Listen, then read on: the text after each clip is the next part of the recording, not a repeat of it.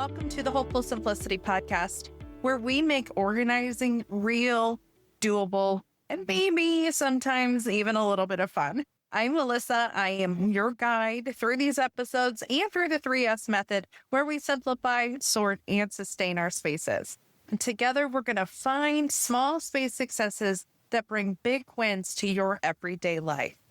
Today, we're starting the season with the most common question I hear. It's, where do I start? When your house feels like it's bursting at the seams and every room is shouting for your attention, it's easy to freeze up and do nothing. I've done that before, too many times than I'd even like to admit. That feeling of overwhelm, I hate to say it's so normal, but it is. But it does not have to keep you stuck in that normal of freeze. By the end of this episode, you'll know exactly how to choose your first step, why the bedroom is often the best place to begin, and how just a few 15-minute resets can help you finally feel like you are making progress. So grab a cup of coffee, get up and head to your bedroom, take that deep breath, and let's start together. The overwhelm problem, it's just so hard. Why is it hard? Because everything feels so overwhelming. It's because decision fatigue, too many choices, no ability to move forward. You're frozen in this space that feels like a failure. So let's break it down even more. Decision fatigue. There are often times, especially us busy moms, where if I have to make one more decision, I feel like I'm going to melt into a puddle of overwhelm on the floor. And the people are not even going to notice it. They're just going to walk through me. My kid's going to slide on it like I'm a fun zone of overused, melted, overwhelmed, can't make decision puddle, right? What's for dinner? Have you seen? Do you know where do you have the, can I? Decision fatigue is something that we honestly, in our society, in our world, we talk about, but it's never talked about enough. And it's hard for us to accept it, right? I don't know about you, but for me, I feel like I need to be superwoman. I feel like I need to be constantly constant, 100% reliable, totally dependable, but at the same time, be the great example of self-care and accepting breaks and not striving for perfection. So even making decisions about not making decisions is too much. Like that mental load is too much. So it's hard to even know where and how to start. You may know that it's like, I know I've overwhelmed, right? I know I've overloaded my brain, and I know I need to organize and declutter my bedroom because it'll help my daily existence, but I don't know where to start. Now, other problems that we face when building our organized life is guilt. Holy crickets, the guilt, right? Guilt from I've failed.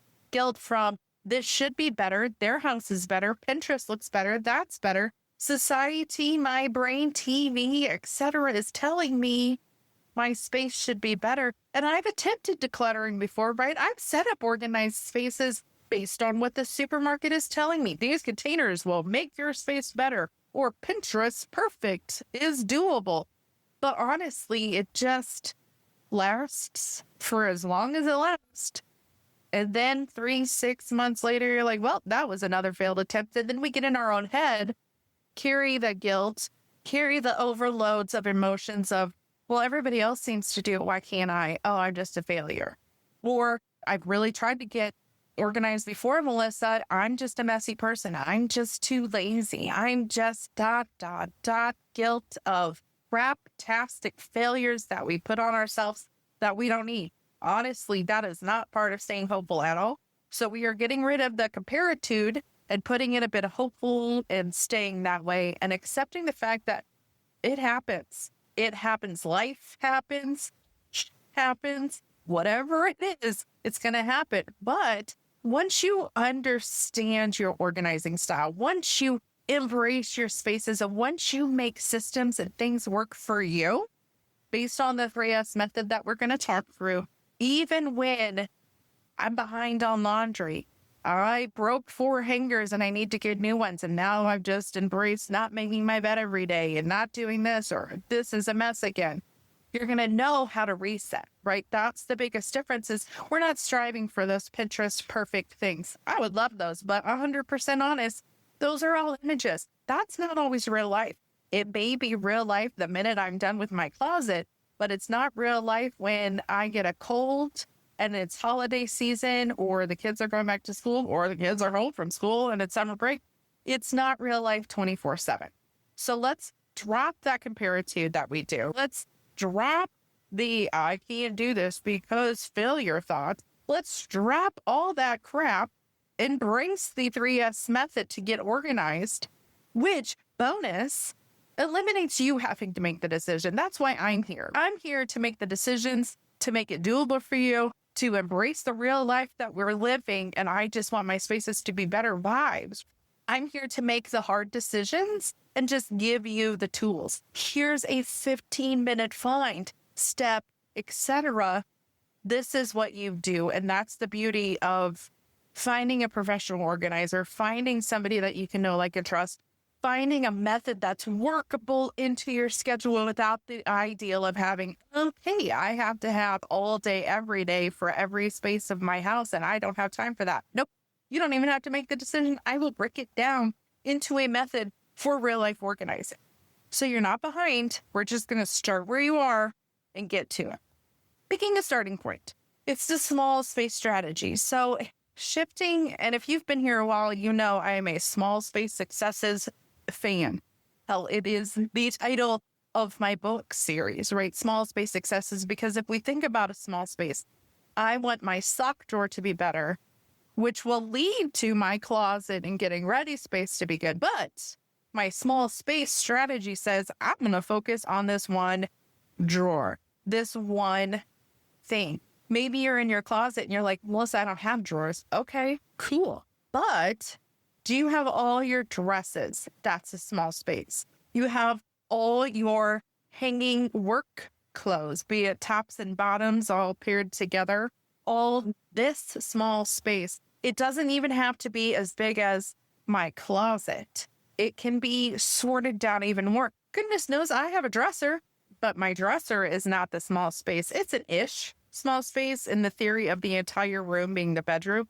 But I'm talking small space like that top drawer. The Ruse and Girl support is my small space. The sock drawer is my small space. The pajama drawer is my small space. The dresser is an upscaled small space. That's a new term. Let's go with that. I love that thought. So we have our small space because sometimes our small spaces, I am a sock fan. So my small space sock drawer will take a full 15 minutes because I like to sort my socks. I like to fold them into books. Sometimes I get super crazy and color coordinate the container the little bitty socks go into.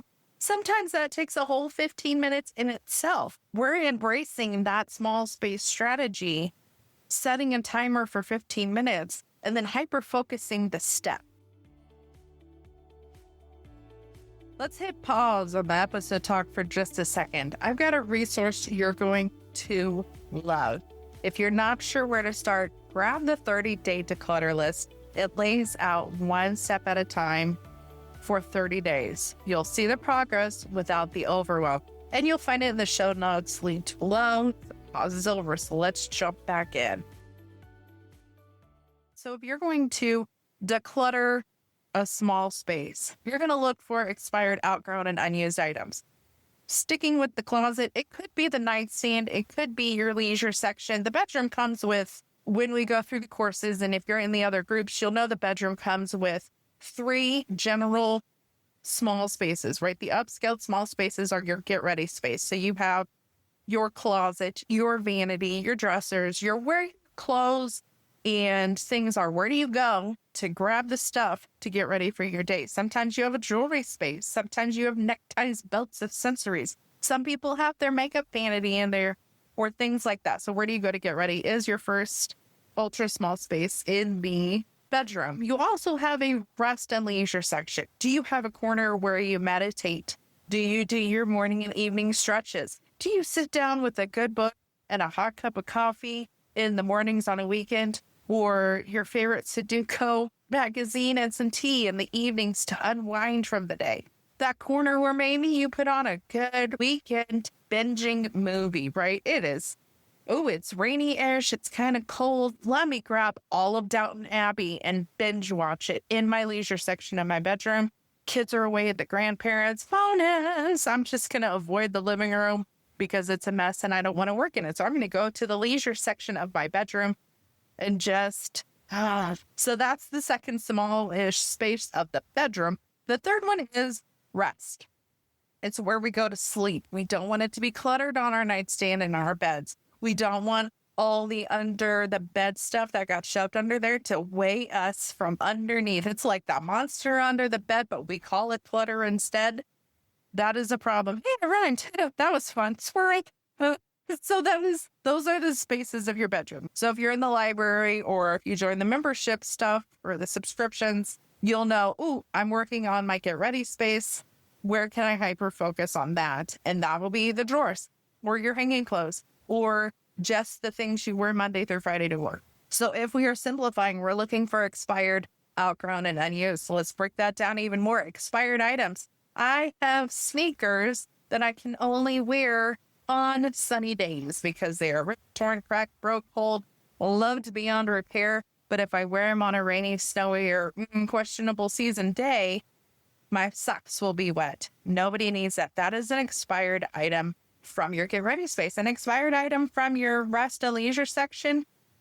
Those blankets that are so frayed and have holes in them that you really used to love to snuggle up in your chair with on the weekend, but now you need a second blanket because this one is so worn it doesn't keep me warm anymore, right? It's got those holes, it got the frays, it kind of bothers you, so you grab a second just in case.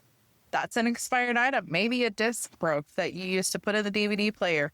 Or maybe you have a subscription plan that you used to watch, like let's go with whatever it is, whatever those TV subscription things like Netflix, but whichever you choose that you don't even use anymore. You just keep paying the $10 every month for it.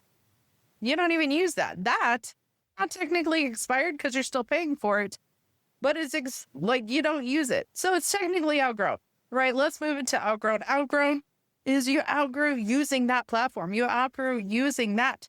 Back to the closet, you can do outgrown is I used to work in the office, but now I work from home. So I outgrew the need for fancy ties, suits, dresses, heels, pantyhose, whatever it is. I outgrew needing that because it's for leggings and t-shirts. It's for sweatshirts and sweatpants because you outgrew going to the office, right? That's an old season of your life. Outgrown comes in a lot of things. Like maybe you outgrew doing crafts and stuff in your leisure section. Maybe you don't sew anymore, but you still have all the stuff. You outgrew that. So you can donate everything that's still good, pay it forward, right? Like take it to a donation shop, call your bestie that still does it and take it to her house. Be like, deuces, I don't want it back. But those are things that are outgrown. Unused looks similar to outgrown sometimes.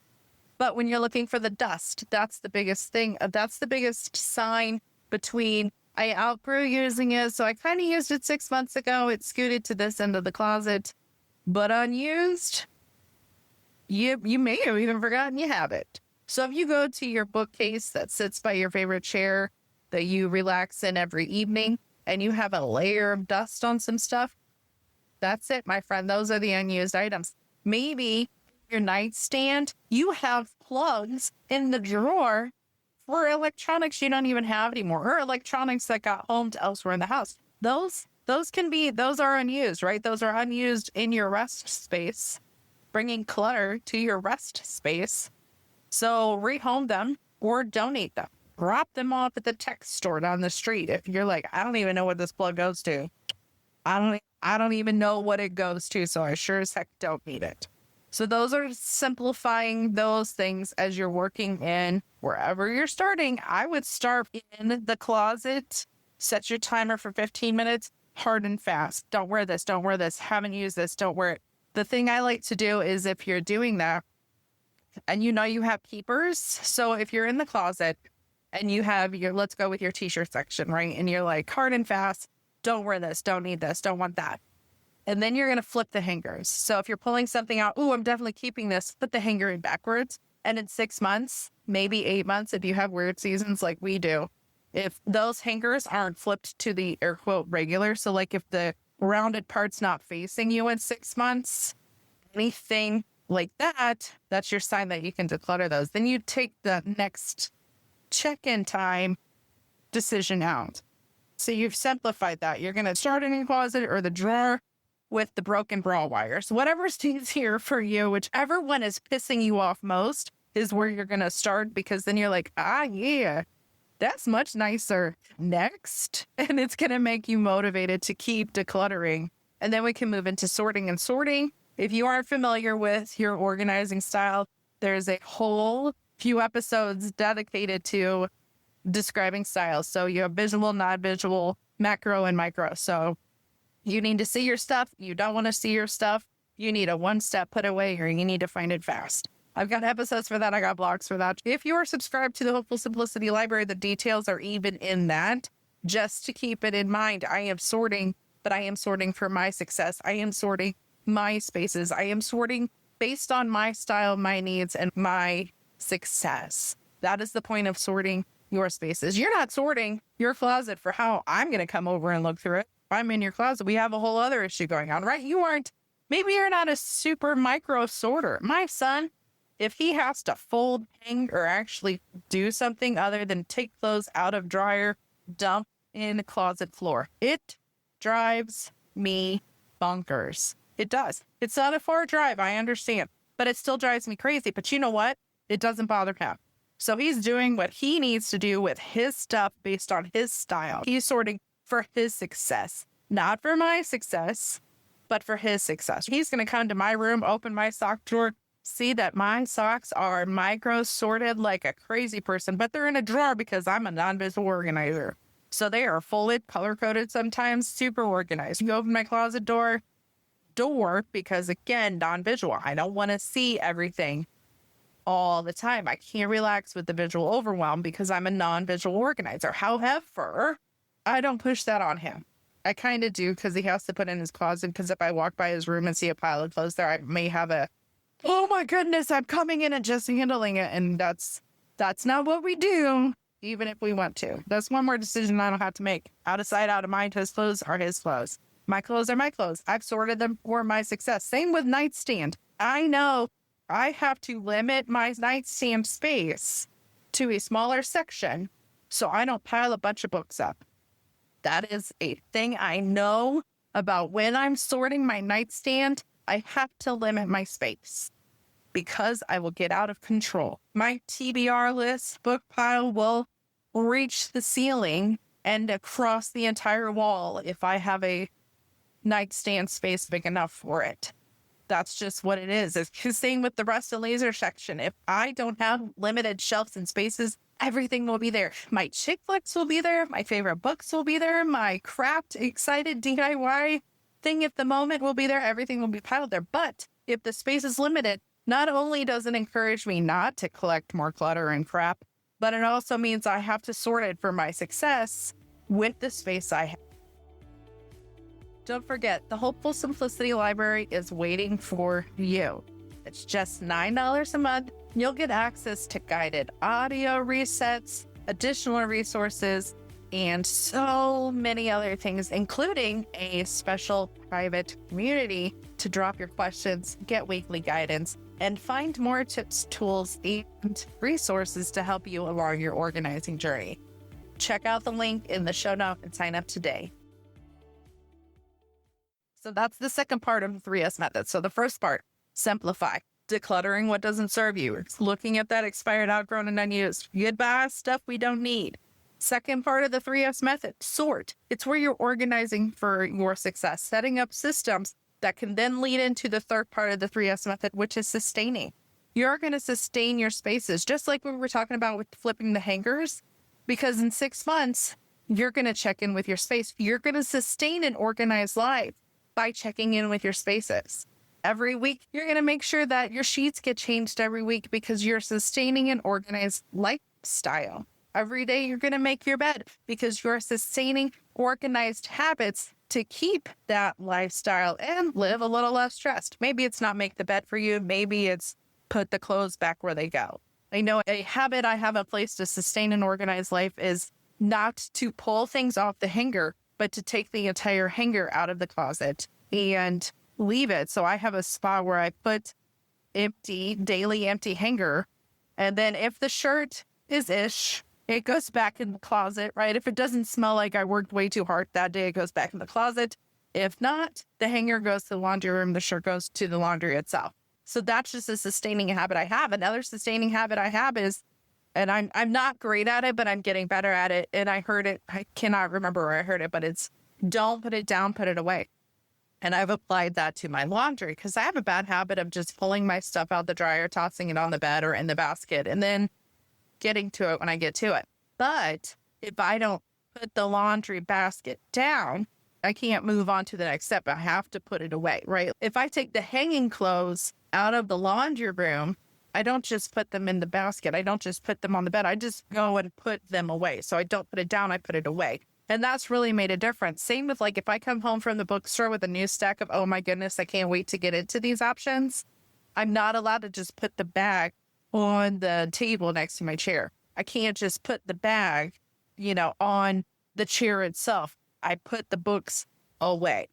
So that sustaining step are the habits that you normally do on a daily, weekly, monthly, quarterly, or yearly habit. Maybe every season, every quarter, you do a rotation. If you're one of those people that has I have a wardrobe of 36 items for each season and I rotate it, great. There's your quarterly habit. Bonus, you get to refresh your space. So if you clean out your closet or your drawers or your nightstands or your bookcases, you give them a good deep clean.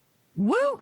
That could be your quarterly habit. Every year, you may have the maintenance guy come out and just make sure things are not broken. Or every year, you may go through and test the handles. Do the handles need tighten on the drawers? Whatever that is, you're going to sustain that organized life because you already worked super duper hard simplifying, right? You've already decluttered the stuff that is not serving you. And then you set up successful organizing systems. And we're not going backwards, friends. We only read books forward. We're not going backwards. And we're going to sustain that organized life and maintain the spaces we have already worked hard on with our regular habits, with our scheduled habits. Now, I know a lot of you are probably in the same world as me. If I don't write it down, have it on the calendar, something's not pinging, dinging, or shining in my face, I'm not going to remember to do it. So we do have habit pages. We have calendars. We have scheduled reminders. Maybe you have something in your phone that everything I need to do every 6 months, I have an orange reminder go off saying, check in with your closet. Oh, it's time to refresh your sleep space. Those reminders are gold. Now, again, if you're subscribed to the library, it's the $9 group. So if you're subscribed to that, there's all sorts of freebies in there or bonuses in there. We call them member bonuses, I think is what I've called it. But you get all of this stuff written down. Not only do you get the audio of, hey, declutter, organize, and maintain your spaces, but you get the printables, you get the PDFs. Maybe you take the PDFs from that and you plug it into your calendar. And then, give it a color. This is my organizing. This is my stay hopeful color. Orange is my stay hopeful color. That's just because it's bright and shiny and happy. But yeah, you don't have to do orange. You can do whatever works for you. But those are the things, right? You've worked super hard on decluttering. You've successfully set up systems based on your organizing needs. And now we're just going to keep it that way. And we're going to have habits and schedules and reminders because we're not making the decision on what did I need to do today? When did I do that last? Nope. No, ma'am. No, ma'am. We are not taking on more decisions, reminders, mental load. We're just going to plug and play it. Oh, my calendar told me I need to change the sheets because it's Saturday morning. I'm changing the sheets. Decision done. Decision you have to make eliminated. There's the tools, right? There it is blinking at you on your phone. There it is on the wall calendar. Whatever that looks like for you, that's based on you. I have a little bit of both. So you may not be like that. But so we're starting in the bedroom. That's where we're focusing because that's your space, friend. That's your space. You may have to share it with your partner or whatever, but the kids aren't in there. The toys aren't in there. The high traffic crap is not in there. Yes, the bedroom is one of the core 4 rooms of most homes, but it's not the high traffic main focus space, right? It's your landing zone. It's your rest, refresh, recoup for the day zone. It's your ground zero, if you want to call it that. But it's where we start and end every single day, ideally, or sleeping on the couch, unless you in trouble or, had too much fun. But that's your start. I want you to start each day organized, ready to go, less stress. I don't want you to roll out the bed, open your closet and go, I really thought that one thing was here. Where did I put it? Or is it clean? Or have you seen? I don't want you to start. Nobody's starting the day that way. It's not what we're doing. It's not hopeful at all to start the day in stress. So if we're starting the day organized, refreshed from a great night's sleep. So, you're refreshed, right? You're starting organized. But bonus, you're going to end the day in calm. You're going to end the day in your space. The kids are in bed. Homework's been done. Dishes are in the dishwasher. You actually remember to hit start on the dishwasher. Living room got a quick tidy. And now you're just like, hello, Sudoku book. Hello, novel of choice that's taking me on a 20-minute adventure before I'm out. You're ending the day, and I don't want you to end the day in clutter. Nobody's ending the day in clutter and stress. We do not need that. We are not doing that. That, my friend, is not hopeful. We are not doing that. That is the negativity. We're decluttering. Goodbye. Goodbye, stress and the clutter we don't need. Hello, hopeful. Hello, relaxation. Hello, organized bedroom. Hello, calm, peaceful space of mind. You're going to sleep better. You're going to be clearer. Your mood may even improve. I don't know. That's on you. I'm kind of snarky and sassy all the time. So sometimes it's just like anger is mixed in if my space is not where it needs to be. But most of the time, you're just going to be clearer and calmer starting the day and ending the day. That's why we're starting the bedroom. It's our foundational space without all the extra stuff that comes with life, right? You don't have the busy extra zones. It's your bedroom. Make it your sanctuary. As we're winding down this episode, I just want to remind you that we're not aiming for perfection. You are aiming to declutter things that don't serve you. You are aiming to set up systems that work for you. It does not matter what's happening over there, over here on socials.